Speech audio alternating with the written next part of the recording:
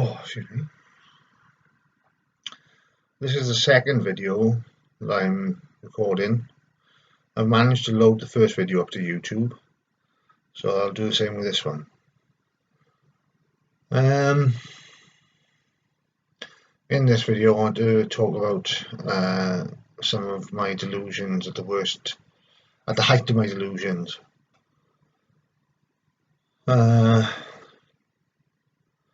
On the first video I mentioned hearing voices coming back on the train from a sales conference, a sales training, and that was when it started when I was 18.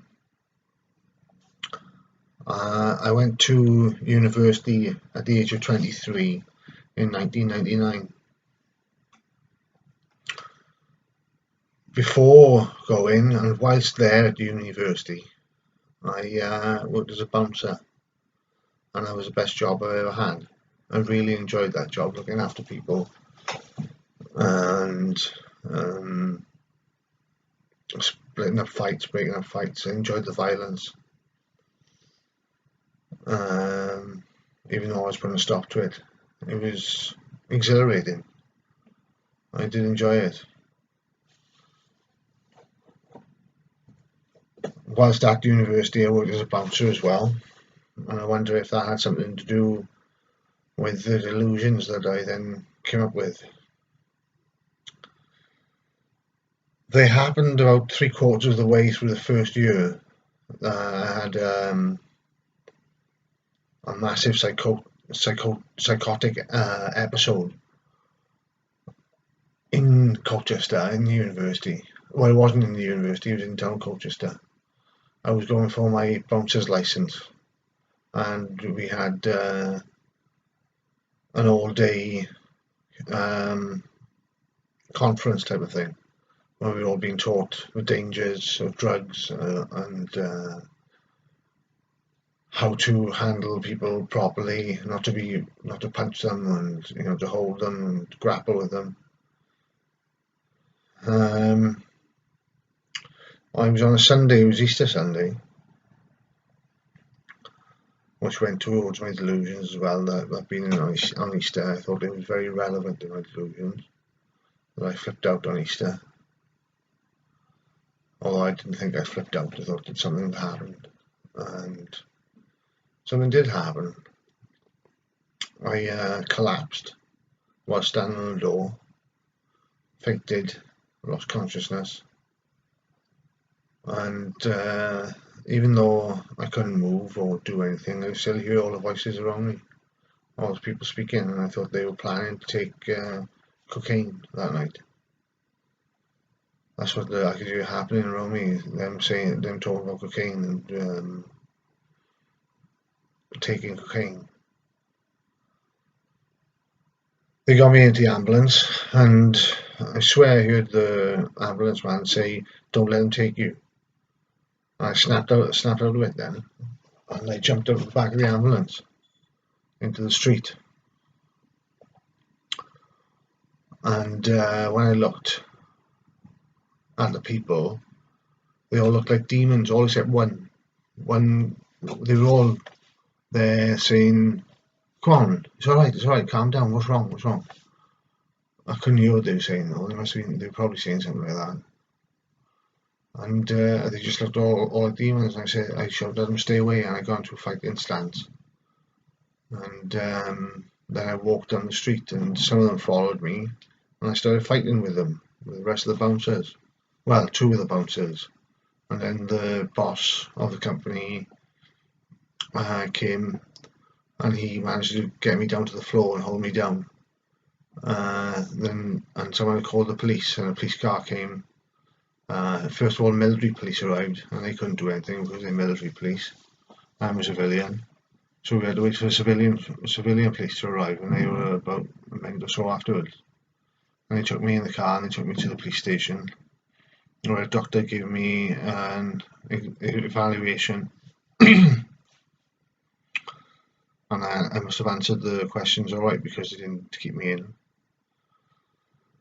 And the police took me back to the flat on the university campus where I was staying. But on the same day, on Sunday, there was a riot in London about the same time as I collapsed in Colchester, and I couldn't get over that coincidence. In my delusions, I thought that it was very relevant, that it was very important. Whilst I was in the police station, I could hear people shouting and having a riot, and they were having a riot in London, but I was in Colchester, I don't know how far it is, between 20 and 50 miles away or something.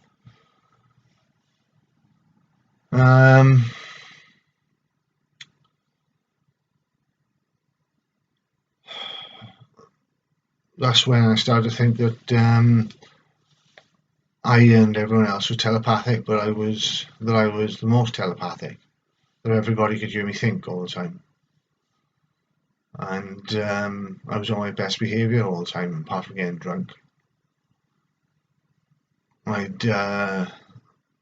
For my exams, I remember not revising for my exams because I thought everybody could hear me.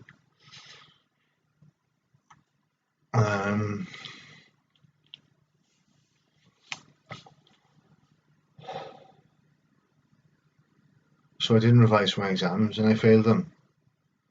I failed them all. So I had to resit them in the summer. I was devastated that I failed them because in my head, the professors of the university and the professors of my lectures were talking to me and saying, "No, it's okay, we understand.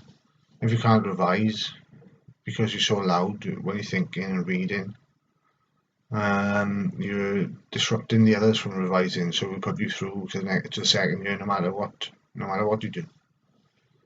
And that's what the voices were telling me at the time, and I believed them. So I went into my exams and put hardly any academic knowledge to my exams, and I failed miserably. I passed in the summer then to get through to the second year, but by then I was very delusional. I still thought I was telepathic, and I still thought everybody else was telepathic, and I thought the people on television could hear me thinking, especially the live television, and I did think that somehow I was getting through to recorded television as well, and films and soaps and things like that. That I was somehow speaking to the actors in the programs and movies. Gladiator came out around that time, and I went to see it in the cinema with some of the people from university, and all I could hear were voices talking to me saying that the film was about me. There was about an article that I had published in the university magazine about the truth of democracy, and that they'd made a film especially for me. They'd made Gladiator especially for me, and the storyline I didn't follow the film at all. All I do was voices talking to me the whole way through, saying the film was for me, and that they were talking to the people telepathically through the movie. Everybody who went to see the movie was being told about me.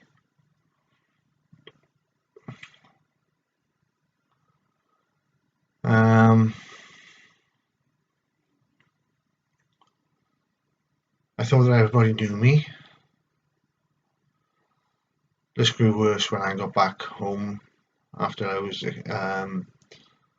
expelled from university for a year.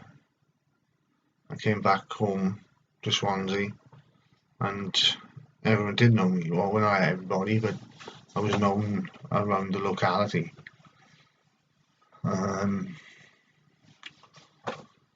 By a number of people. So thinking that everybody knew me grew worse when I got home. I thought that everybody was talking about me, talking about theories that I came up with when I was in university, such as one theory that I got left, which I still stick by, is the categorizing of sociology. Excuse me. In Essex University is called the Social Sciences Department, but on with the amount of quantitative, that's numbers in research, amount of numbers of people and numbers of their attitudes, filling out questionnaires, that's quantitative data gathering, and it's flawed as a science because people can lie. If someone tells lies to a questionnaire who's putting out research for sociology or politics, and people are lying on the questionnaire, then the research is no good. And we can't be certain that they're not lying. We just got to be faithful that they are telling the truth in these questionnaires. So because everybody can lie, sociology and psychology must belong more to humanities than to sciences. But that was one theory, and I had several others which I've later discarded, which I might talk about again. I don't know yet. But that was one. But while I was in university in the second year, I was very delusional. I started reading about the religions of the world, but I got caught at Christianity, and I couldn't get Christianity out of my mind. I've been baptized as a Christian, and I used to go to church when I was a younger boy, but I hadn't been to church for some time. Well, to the time of going to university,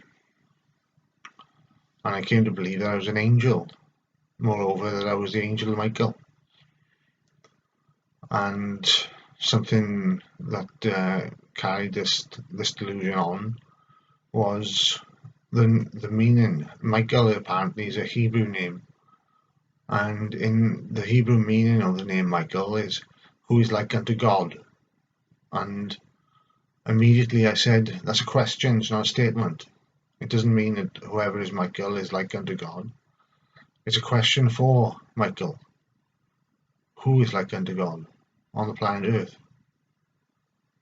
Who is like unto God on the planet? Is there anybody on the planet that's like unto God?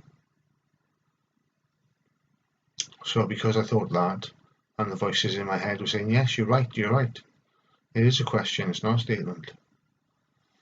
Like as if it was some sort of quest for anyone by the name of Michael to figure out who is like unto God on the planet.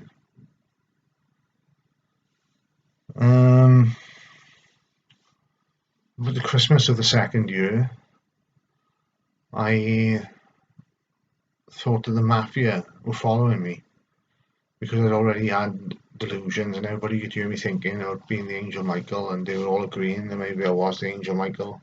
The voices were. And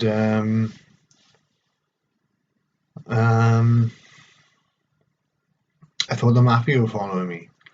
I remember going to London and seeing people carrying big suitcases around, not suitcases, briefcases, big briefcases around. I thought there were guns in the briefcase and they wanted to shoot me. They wanted to kill the angel Michael. The people following me was something that kept on. But when I was in university, I started studying. One of my studies was on politics and power, and the more I studied about politics and the more I researched into the essays that I wrote, which were rubbish, I think. Well, they must have been. But we're full of delusional thinking. I thought I'd uncovered an American conspiracy by somebody of the name of what was his name? I forget what his name was now. But he had something to do with the anti-corn laws in America when they first came around.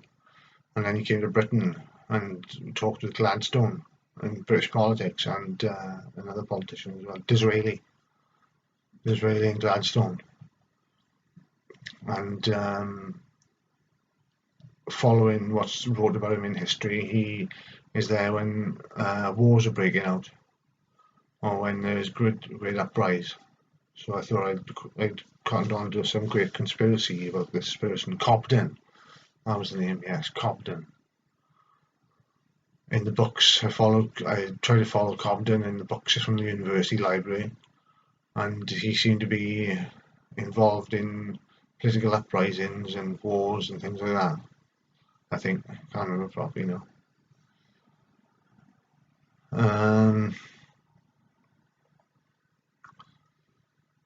I thought everybody could hear me thinking. Everyone from people in university to people in the city of Colchester to people in London, people in Swansea, and I was often getting voices about the people in Swansea were still listening to me and that they were there for me and they'd support me.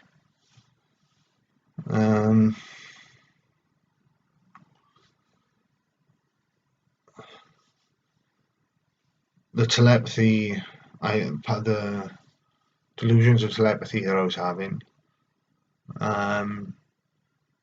came to a head when I started reading the papers like John Nash. Well, maybe not like John Nash, but I started thinking that there were codes in the papers, in newspapers. You could follow things in newspapers about secret things, drug smuggling, espionage, war. And I thought that there was an article about missile defense systems, and I thought that it meant there was psychic war going on, telepathic war going on between countries. That government think tanks are really a psychic group who would battle with their minds against the minds and think tanks of other countries. And there was, at the time, as I say, there was something about a missile defense system, and I thought missiles were defense system was something about psychic warfare. I was hearing voices of people talking about me, and after I left university, they weren't so friendly as before. They became more aggressive and destructive. I had a severe nervous breakdown. I think I had a complete nervous failure while I was in university in the second year. I attacked a man. I stabbed him with a pool cue because I thought he was torturing the girls on university. I thought that he was part of a gang that was kidnapping students from university and torturing them in nearby garages that I'd seen on the other side of the river. They were docks, but I just could see the big garages there. I thought they were torture rooms for the students. So one day when I was in the bar, and it was a very strange day, everything seemed to be planned out for me all the time, and the voices were always a minute or two ahead of me, 10 minutes or an hour, I don't know. But it seemed like the voices were planning for me to do it. And when I actually did get up to attack him, I walked to where the pool cues were kept, in the bar, and it was like walking through a movie. As soon as I started moving, everything seemed to slow down, and like a big moment was coming. And I said to myself, if there's a broken cue there, I'm going to pick it up. And I opened the door, and there's a broken cue there, like as if somebody had put a cue there ready for me to pick up, like it was all planned. So I picked the cue up and went to the two people I thought were the torturers, part of the gang that were torturing the students. And I said to the one, do you want to get in pool? He said no. I said to the other one, do you want to get in pool? He said, yeah, okay. And he got up. And as he stepped towards me, I lunged him with a broken pool cue. And I'd had it covered up until that point when he stood up, and it broke off in his shoulder.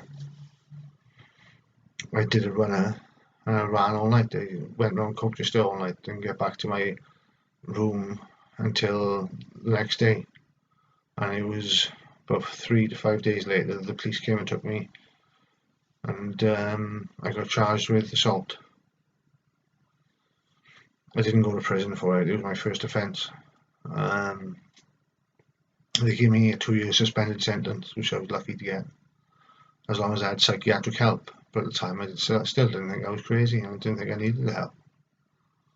I wouldn't take medication. They were trying to get me to take medication voluntarily, and I wouldn't take it. And it wasn't until I got locked up in the psychiatric hospital that I started taking medication. It definitely slowed down everything. The delusion slowed down. Well, I slowed down with it. I couldn't think properly anymore. Not like I was thinking properly anyway, but I just couldn't think anymore. Yeah, it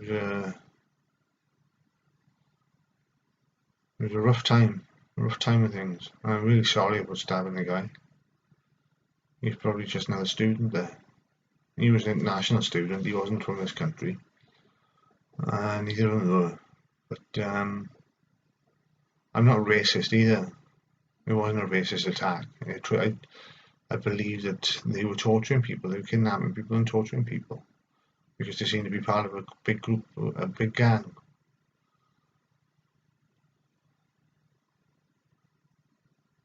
I've been in trouble with the police since then as well.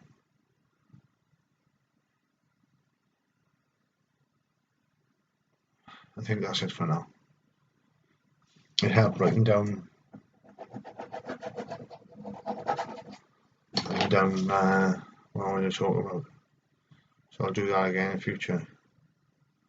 But for now, this is the end of this video.